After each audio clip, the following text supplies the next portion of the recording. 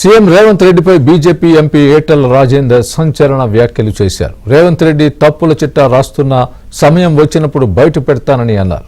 BRS Congress పార్టీలపై Telangana ప్రజల విశ్వాసం కోల్పోయారని అన్నారు. కేసీఆర్ చీ అనిపించుకోవడానికి 6 ఏళ్లు పడితే కాంగ్రెస్ ప్రభుత్వం ప్రజలతో చీ అనిపించుకోవడానికి 9 నెలలు కూడా పట్టలేదని ఎద్దేవా చేశారు. పేదల జోలికి వస్తే ఖబర్దార్ అంటూ సీఎం రేవంత్ రెడ్డికి హెచ్చరిక జారీ చేశారు.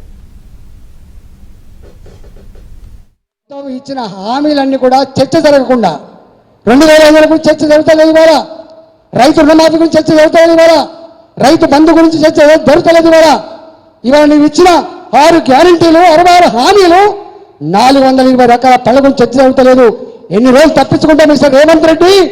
ఇవాళ తప్పించుకోవచ్చు, కానీ ప్రజాక్షేత్రంలో మాత్రం నీకు శిక్ష తప్పదని చెప్పి హెచ్చరిస్తా ఉన్నాం. రేపు నీ పార్టీ నీ రాజకీయం ఏందో తప్పకుండా ప్రజాక్షేత్రం తెలుసుకునే సందర్భం వస్తుంది. కాబట్టి ఇవాళ నువ్వు బుకాయిస్తుండొచ్చు. ఇవాళ ఏం జరుగుతుందో నీవన్నా రెడ్ బుక్ రాసినా చెప్పినావు.